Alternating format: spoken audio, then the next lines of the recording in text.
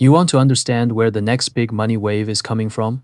Over the past year, both US stocks and mainland China's A-share market have been strong, with gains of more than 20%. Gold did even better, rising roughly 50%. But then look at South Korea. Its stock index roughly tripled in a single year. So what happened? Behind that surge are two companies, Samsung and SK Hynix, and next to them, even South Korea's broader stock market starts to look small. You might ask, can two companies really move an entire country's stock index? Apparently yes. After this rally, Samsung and SK Hynix together accounted for roughly half of the total market value of the KOSP 200. Think about that for a second. Two companies making up half of a major national stock index. When I first saw that number, I was genuinely shocked. And those two companies have almost been overwhelmed by this sudden wave of money. If I just throw revenue numbers at you, it may not feel real. So let me put it this way. SK Hynix plans to use 10% of its annual profit for employee year-end bonuses. It is expected to give around 35,000 employees an average bonus of nearly $500,000 each. And this is not just for a few star employees, this is the average. Samsung employees saw that, and understandably were not exactly calm. Some started protesting, basically saying, "We want bonuses like that too. Actually, we want even higher bonuses." So why are Samsung and SK Hynix making so much money? Why have their stocks gone up so sharply? The core of today's story is memory. The Samsung and SK Hynix are two of the three giants in global memory chips, and they are the two biggest ones. Over the past year, the global memory market has gone through an extreme price surge. Prices have risen roughly 300% to 500% in many areas. In the most extreme cases, some products rose by around 20 times. That has affected almost every electronic product around you: phones, computers, cars, servers, and much more.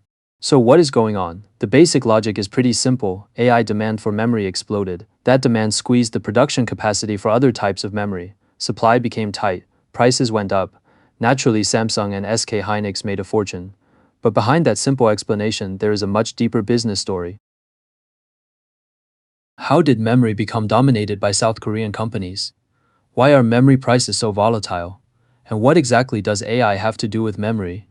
Let's look at the business logic behind memory. First, what is memory? When you buy a phone or a computer, you often see specs like 16 GB plus 512 GB. The 16 GB usually refers to RAM. The 512 GB usually refers to storage. Both are used to store data, but they work very differently. Storage, like an SSD or hard drive, is mainly for long-term storage. It has large capacity. The data does not disappear when the power is turned off, but reading and writing can be slower. That is not our main topic today. Our focus is RAM, the thing people often casually call memory.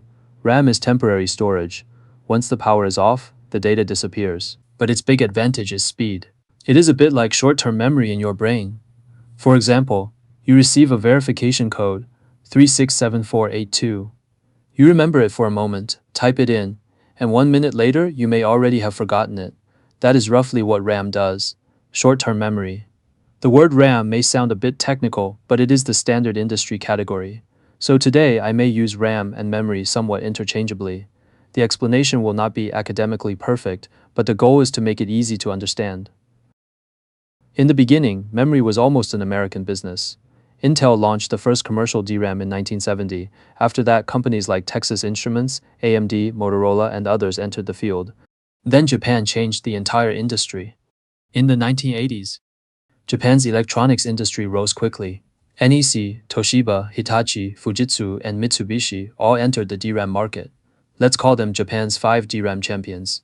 Yes, it's a nickname, not an official one. I made that up. Why were those Japanese companies so strong? Behind them were large industrial groups. They had bank support. They could afford to burn money. The Japanese government also supported them. At the time, Japan's Ministry of International Trade and Industry launched a major VLSI program, bringing these companies together to research manufacturing processes and improve together.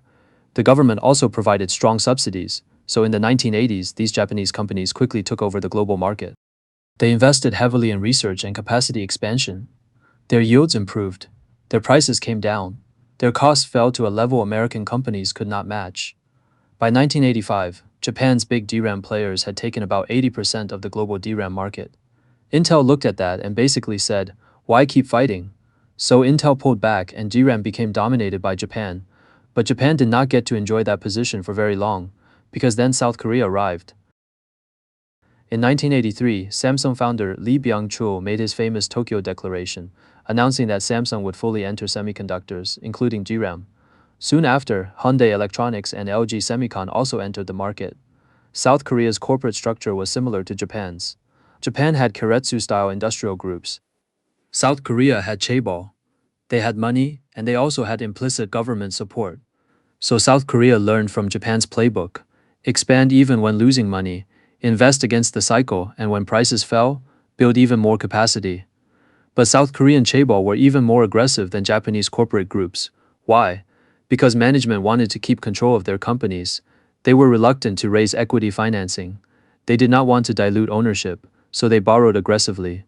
Domestic debt, foreign debt, everything. At the time, many South Korean chaebol had debt ratios of 300% to 500%. They were maxing out leverage. With that extremely aggressive strategy, South Korea's three major DRAM players began overtaking Japan in the 1990s. Samsung, in particular, surpassed Japan's NEC in market share in 1992 and became number one globally. This also helps explain why South Korea was hit so hard during the Asian financial crisis. On the surface, it looked like a mature economy, but underneath, many chaebol had far too much leverage. By the mid-1990s, the global memory market was crowded and chaotic. Japan's big players, South Korea's three major players, Micron in the United States, Infineon from Germany, which came out of Siemens, and many other competitors were all fighting. In the early 1990s, PC demand exploded, and the memory market entered a golden period. Japan's players and South Korea's players all invested heavily and expanded production. Then what happened? Starting in 1996, capacity became seriously excessive. Memory prices began to collapse. Then the Asian financial crisis hit. As mentioned earlier, many South Korean chaebol were fragile.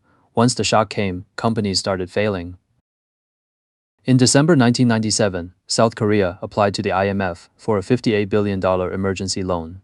The IMF said, "We can lend you the money, but there are conditions." The chaebol had grown too wild and too complicated. Their businesses had to be broken up. Each group needed to focus on its core business, and the rest had to be split off and reorganized. So South Korea went through a major corporate restructuring. Semiconductors, including memory, were on the restructuring list. At first, the Kim Dae-jung government wanted Samsung, LG, and Hyundai to merge their DRAM businesses into one company. But Samsung, as the leader, refused immediately. Samsung had spent years and huge amounts of money building its DRAM business. Why would it spend even more money to absorb the weaker second and third players? Samsung had enormous influence in South Korea, and the government could not force it. That left LG and Hyundai. At first, they also resisted, but the government was extremely firm. It demanded that their DRAM businesses merge. At one point, South Korea's five major banks reportedly said that if LG did not accept the merger, they would stop lending to all LG subsidiaries. That was basically a knife to LG's throat. So LG backed down and was forced into the merger with Hyundai. The merged business became Hyundai Electronics, and it inherited a pile of debt from both sides. And Hyundai Electronics was unlucky. Right after that, the dot-com bubble burst in 2000. Memory prices collapsed again. Then in 2001, Hyundai Group founder Chung Ju-young died, and Hyundai Electronics was spun off from the group. It was as if the family were saying, "This struggling child is no longer ours." After that, Hyundai Electronics changed its name to Hynix. But changing the name did not magically fix the business. In 2001, Hynix was still close to bankruptcy. Under government coordination, several banks took control and helped with debt for equity swaps. In effect, government-backed banks kept the company alive. For the next decade, Hynix was basically supported by the state. During those years, the creditor banks wanted to exit, but they could not find buyers. They tried auctions multiple times, but deals failed or were withdrawn. Nobody wanted to take it. Then in 2012, SK Group, South Korea's third-largest chaebol, became interested. Its chairman, Chae Tae-won, believed that SK's main businesses, energy and telecom, were reaching maturity. He wanted a new growth engine, and semiconductors looked like a big bet worth making. So SK paid about 3.4 trillion won, roughly $3 billion, to buy 21.05% of Hynix and bring it under SK Group. That company became SK Hynix, the same company we talked about at the beginning. After the acquisition, Hynix moved away from the creditor bank survival model and quickly returned to the chaebol model. Deep pockets, large-scale counter-cyclical investment, and aggressive factory expansion. There is one absurd detail here. Chae Tae-won bought Hynix in 2012 even less. Less than a year later, he was sentenced to 4 years in prison for embezzlement. He was later pardoned in 2015 by President Park Geun-hye. So for the first few years after SK took over Hynix, the boss was literally in prison. That is not central to today's story, but it is too strange not to mention.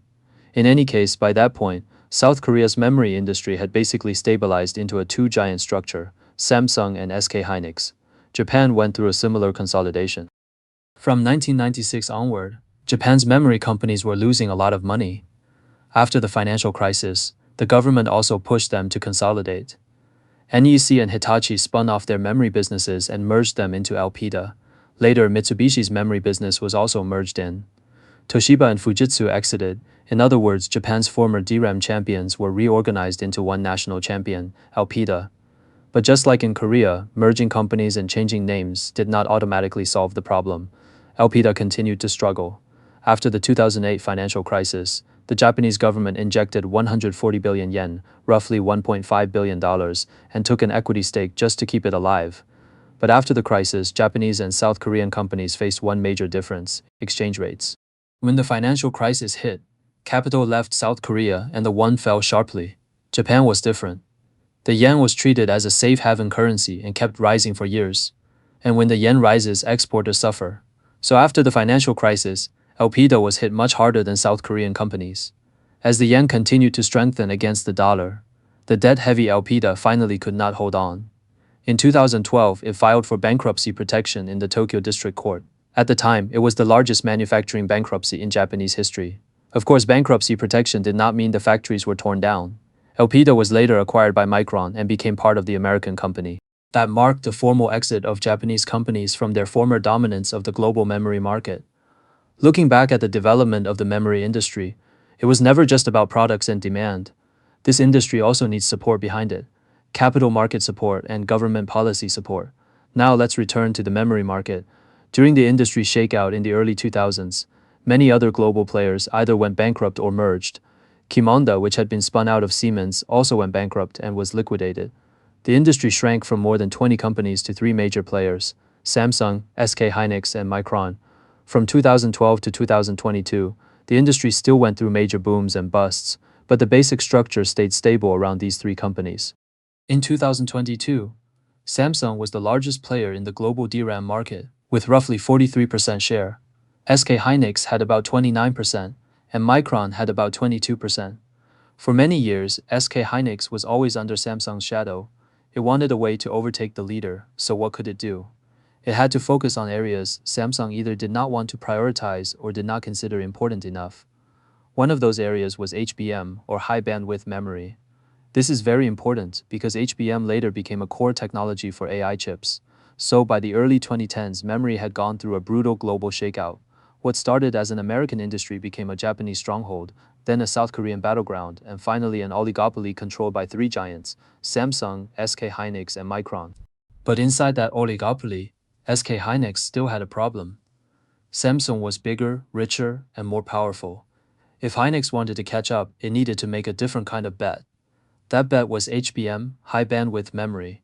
At first, it looked too expensive, too early, and almost commercially useless. Then, AI changed everything.